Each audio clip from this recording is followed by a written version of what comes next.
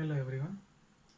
पिछली वीडियो में हमने देखा था कि ट्रांजिस्टर्स क्या होते हैं, कैसे वर्क करते हैं और उनमें जो तीन कॉन्फ़िगरेशंस होते हैं, कॉमन एमिटर, कॉमन बेस और कॉमन कलेक्टर, उनमें करंट गेन्स जो होते हैं अल्फा, बीटा और गामा वो क्या होते हैं और उनके बीच में क्या रिलेशन होता है।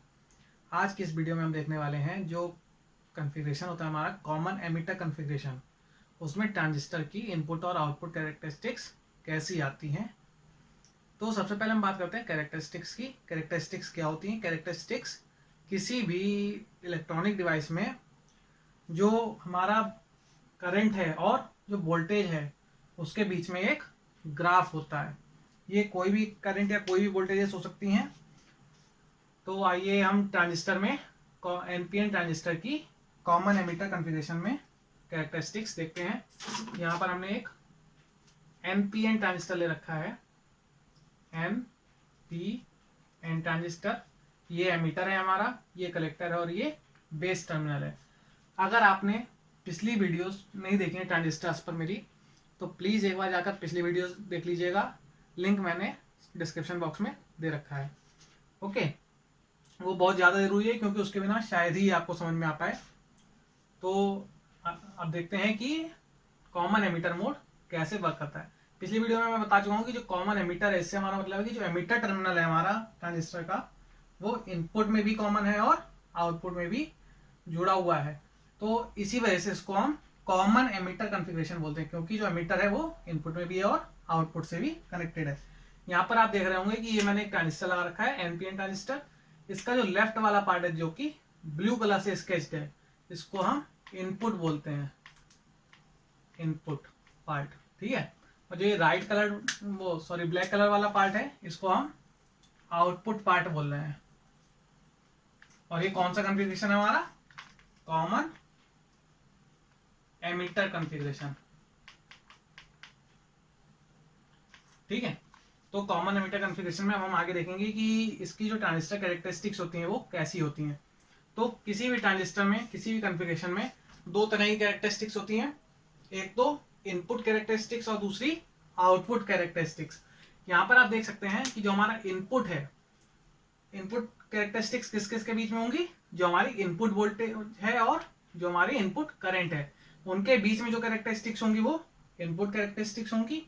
और जो हमारा आउटपुट है उसमें जो वोल्टेज होगी हमारी और जो करंट होगी फ्लो, उनके बीच में अगर हम एक ग्राफ प्लॉट करेंगे तो वो हमारी आउटपुट कैरेक्टरिस्टिक कहलाएगी।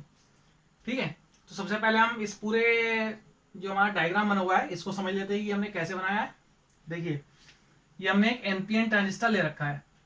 ठीक है। इसके बाद जो हमने एमिटर टर्मिनल है उसको हमने कॉमन कर रखा है, इनपुट और आउटपुट दोनों से कनेक्टेड कर रखा है। जो हमारा बेस टर्मिनल है, ये हमारा इनपुट और एमिटर से कनेक्टेड है। मतलब जो इनपुट है हमारा वो हम बेस और एमिटर के बीच में दे रहे हैं, जिससे हमें आउटपुट जो है वो कलेक्टर और एमिटर के बीच में यहाँ पर मिल जाएगा। ये जो हमने लगा रखा है, दिस वन, ये हमारा क्या है? रिहोस्टेट, धारा नियंत्रक। धारा नियंत्रक लगाने का क्या मतलब है यहाँ पर, अभी आपको हम बाद में बताएंगे धारा नियंत्रक ये क्यों लगाया गया है। इसी तरह से हमने आउटपुट में भी एक रिहोस्टेट धारा नियंत्रक लगा रखा है। जो हमारी यहाँ पर इनपुट करंट होगी वो होगी IB, और जो हम इनपुट वोल्टेज दे रहे होंगे वो कौन सा होगा? BE, मतलब बेस एमिटर वोल्टेज। ओके। इसके बाद हमारे जो आउटपुट में मिलेगा वो क्या होगी? हमारी आउटपुट करंट, या फिर उसको हम कलेक्टर करंट IC भी बोलेंगे।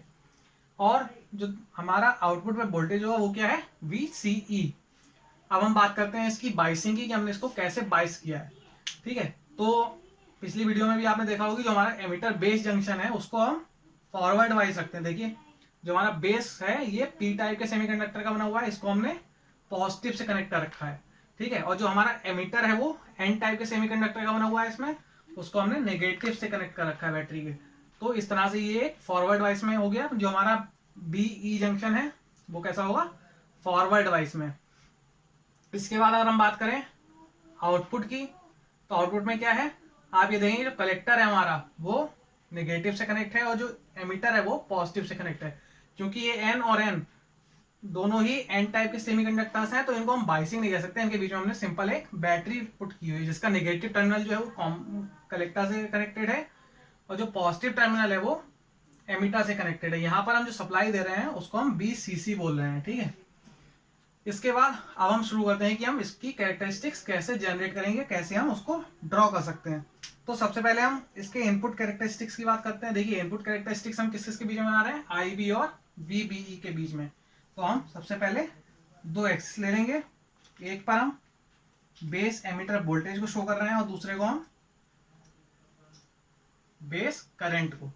देखिए अब सबसे पहले हम क्या करेंगे, जब हम ये IB और VBE के बीच में ग्राफ प्लॉट कर रहे होंगे तो हमको ये देखना होगा कि हमारा आउटपुट जो वोल्टेज है, जो BCE है, ये फिक्स करना पड़ेगा, हमको ये कांस्टेंट रखना पड़ेगा। इसी तरह से जब हम आउटपुट की बात कर रहे होंगे, आउटपुट कैरेक्टरिस्टिक्स की, तो हमको IB फिक्स करना होगा। इसी काम के लिए हमने ये रियोस्टेट्स लगा रखे हैं दोनों, ठीक है। इस रियोस्टेट का क्या काम है कि जब हम इनपुट कैरेक्टरिस्टिक्स चेक कर रहे होंगे तो जो हमारा BCE है ये हम इस पर किसी पॉइंट पर लाकर सेट कर सकते हैं, ठीक है। ये कैसे, जब IC सेट होगा तो VCE ऑटोमेटिक सेट हो जाएगा उसी के अकॉर्डिंग, ठीक है। इस तरह से हम उसमें VCE सेट कर देंगे, जिसकी वजह से केवल हमारे जो वेरिएबल्स होंगे वो कौन कौन से होंगे, VBE और IB, ठीक है। सबसे पहले हम मान ले रहे हैं जो हमारा BCE है, जो कॉमन कलेक्टर एमिटर वोल्टेज है, वो हम मान ले रहे हैं कि सबसे पहले 0 है, ठीक है। VCE को हम सबसे पहले 0 वोल्ट मान ले रहे हैं। अब जब ये 0 वोल्ट होगा तो यहाँ पर कोई भी हमारे पास जो बैटरी का टर्मिनल है वो एक तरह से नहीं जुड़ा हुआ है, मतलब बैटरी रिमूव्ड है, एक तरह से हम कह सकते हैं। यहाँ पर कोई भी नेगेटिव चार्ज नहीं होगा, कोई भी पॉजिटिव चार्ज नहीं होगा, जो कि उसको उसमें एक EMF जनरेट कर रहा हो, ठीक है। तो क्या होगा, केवल जो ये वर्किंग है यही वर्किंग करेगा ना, इतना डिवाइस हमारा ये किसकी तरह बिहेव करेगा, PN जंक्शन डायोड की तरह, ठीक है। PN जंक्शन डायोड की तरह बिहेव करेगा, जिसमें हमारा N साइड से निकलकर इलेक्ट्रॉन्स P साइड में जा रहे होंगे और बेस करंट हमारा जनरेट हो रहा होगा, ठीक है। तो जब ये BCE हमारा 0 वोल्ट पे होगा तब क्या होगा, जो हमारा बेस करंट है वो सबसे ज्यादा होगा, क्योंकि जितने भी इलेक्ट्रॉन्स एमिटर से निकल रहे होंगे वो सारे जाके यहाँ पर रिकम्बाइन हो रहे होंगे और बेस करंट को जनरेट कर रहे होंगे।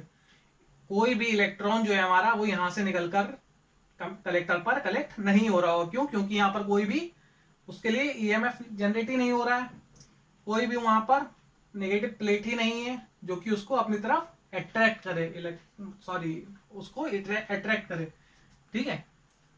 तो क्या होगा, जो बेस करंट होगा हमारा, अच्छा एक बात और है कि जो बेस करंट है हमारा, ये देखिए आप यहां पर हम क्या करेंगे, एक सिंपल PN जंक्शन बना सकते हैं, PN junction diode. PN junction diode है, हमने मान लिया कि ये सेमीकंडक्टर जो है वो सिलिकॉन है। जो सिलिकॉन में डिप्लीशन लेयर होती है उसका जो पोटेंशियल बैरियर होता है वो कितना होता है, 0.7 वोल्ट। तो जब तक ये BBE 0.7 वोल्ट तक नहीं पहुंचेगा तब तक हमारा इसमें कोई भी जो बेस करंट है वो जनरेट नहीं होगा।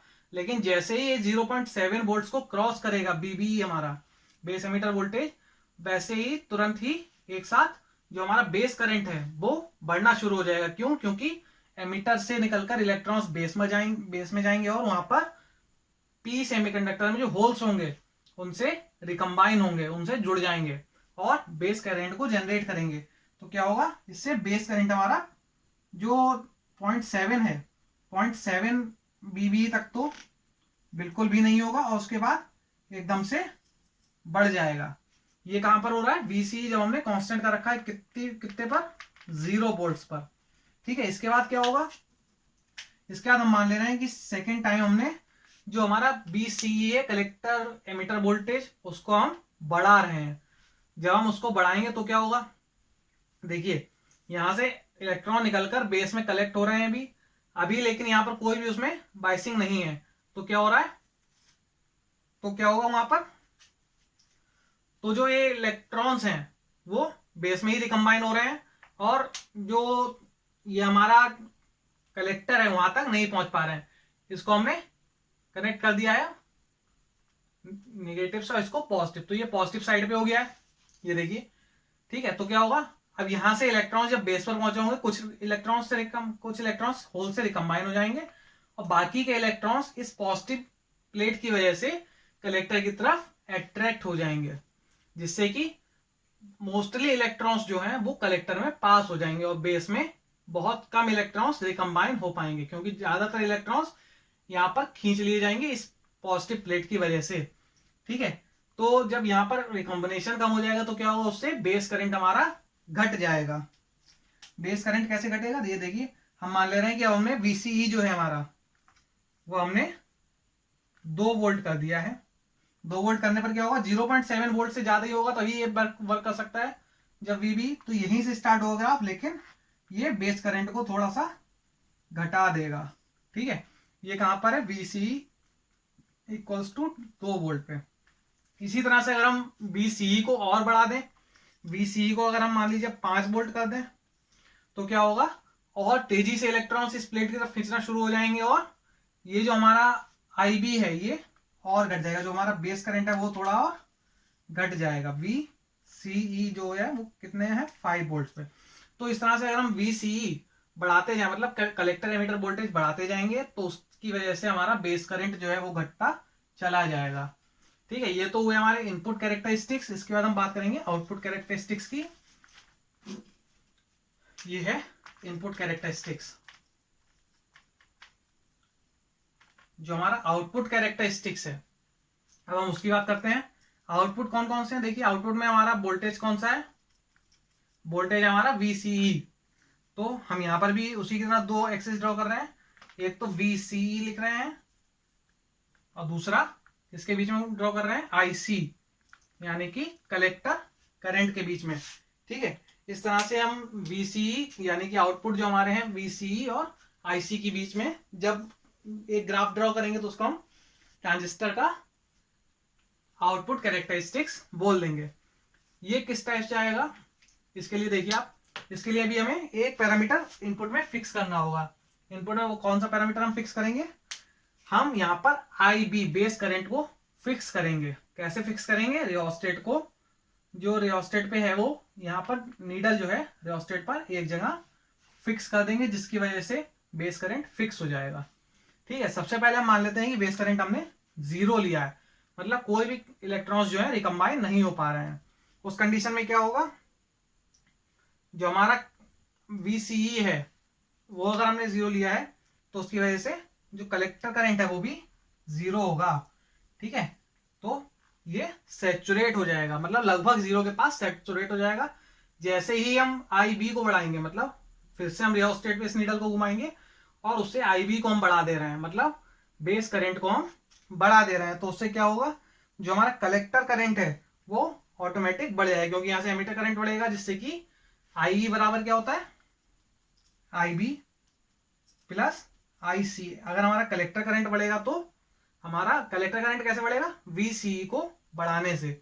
VCE को बढ़ाएंगे, कलेक्टर करंट बढ़ेगा, उसकी वजह से IB भी बढ़ेगा और IC बढ़ेगा। IB भी बढ़ रहा है और IC भी बढ़ रहा है, तो ये IB को हम मान ले रहे हैं कि ये जो है 10 माइक्रो एम्पियर है।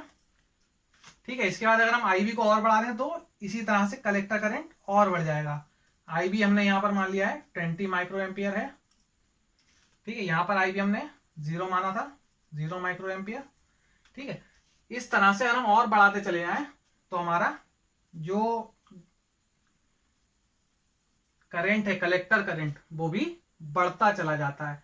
यहां पर आप देखिए लगभग लीनियर एक लाइन प्राप्त हो रही है हमको, तो इसी लीनियर लाइन के सापेक्ष ये करंट बढ़ता जाता है।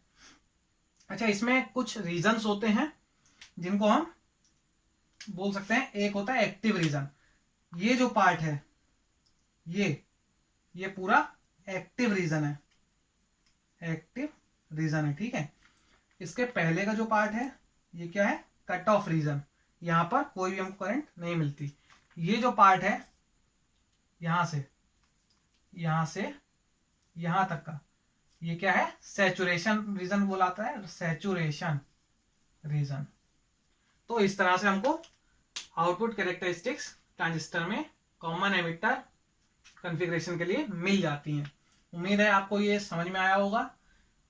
अगर ये समझ में ना आया हो तो डिस्क्रिप्शन बॉक्स से पहले आप पिछले ट्रांजिस्टर्स के वीडियो देखिएगा, उसके बाद इसको समझने की कोशिश कीजिएगा, आपको अच्छे से समझ में आ जाएगा। ओके, तो अगले लेक्चर में हम बात करेंगे ट्रांजिस्टर की बायसिंग की, कि कौन कौन सी बायसिंग होती है ट्रांजिस्टर में, कैसे कैसे करते हैं उसको। अभी के लिए इतना ही। Thank you.